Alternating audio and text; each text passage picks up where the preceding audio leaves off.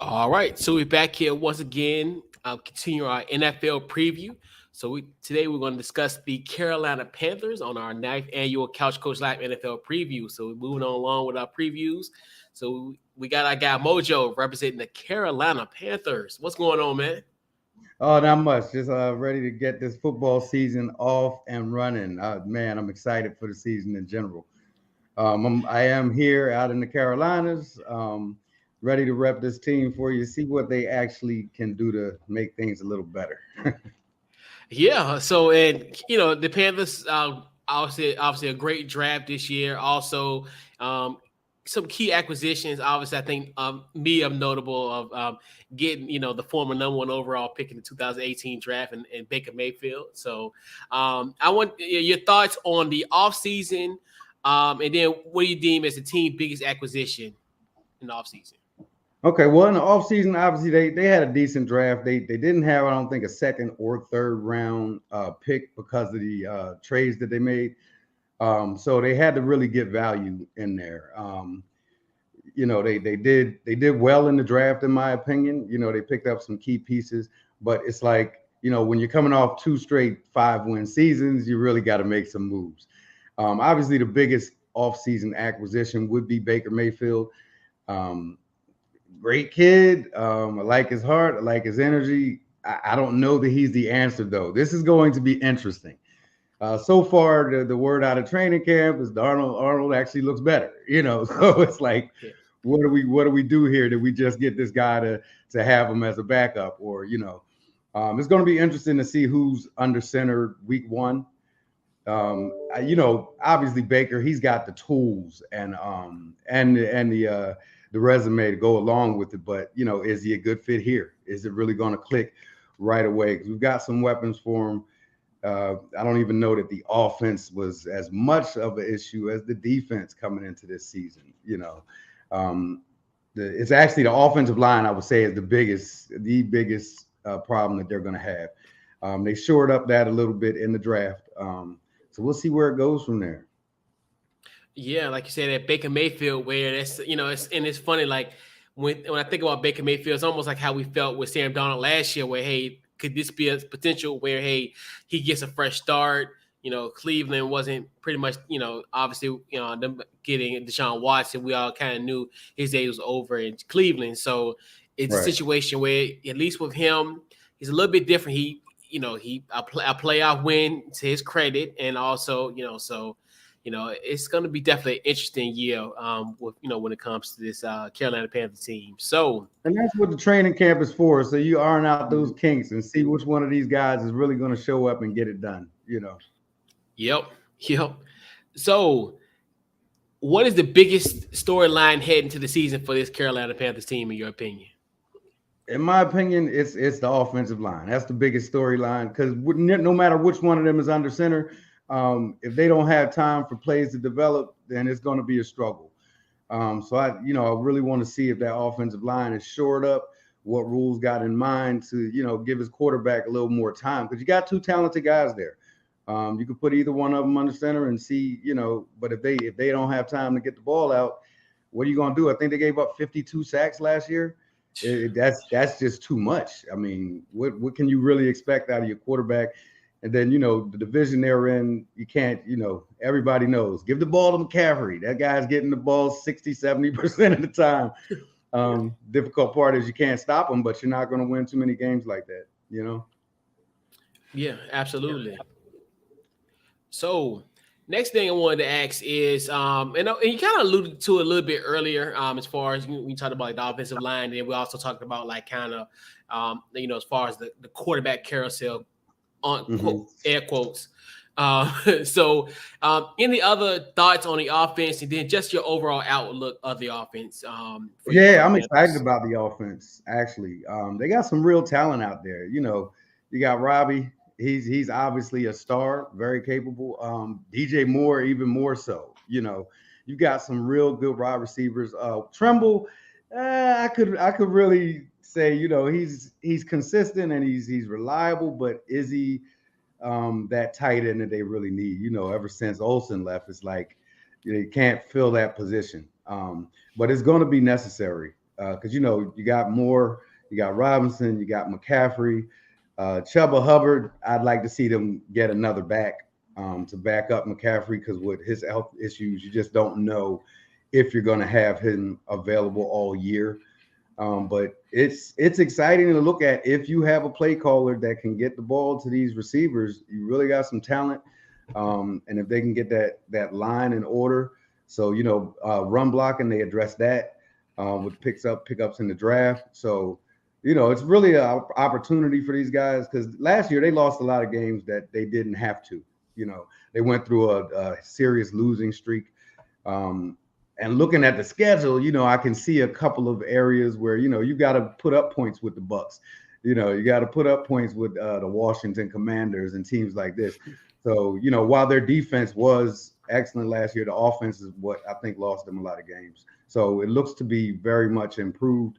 Health is going to be an issue, and depth at wide receiver, because you really need DJ Moore and Robbie Anderson available all week. The best ability is availability, Yeah, and like you said, especially with this Panthers team, where you look at, when Chris McCaffrey is on the field, it changes everything. And then obviously, and then his injuries, and then you can just see like this team takes somewhat of a considerable drop sometimes. So yeah, like you said, the health of him is really, really contingent for this team, most definitely. And with these new play callers, to have a little more balance on offense. Like I love McCaffrey, I love C-Mac, but that his workload has got to reduce, in some way. You can't expect him to, be that every down back and literally give him the ball every down. It makes you one-dimensional.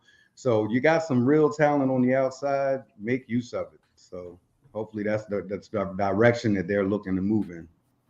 Yeah, absolutely. So, and also, let's see, let's talk about the other side of the ball. We talked about the offense, and then we also talked about like that. You alluded a bit earlier about the defense a little bit in the beginning.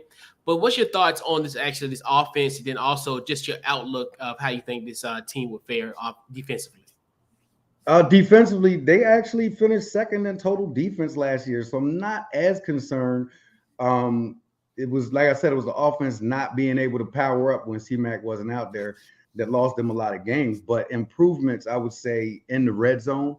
A couple of games they lost, where you gotta stop people. You gotta hold them to a field goal. You can't give up touchdowns every time down. And against the run, they got thrashed against the run over and over last year. So they got a new run stopper out there. We'll see how that goes.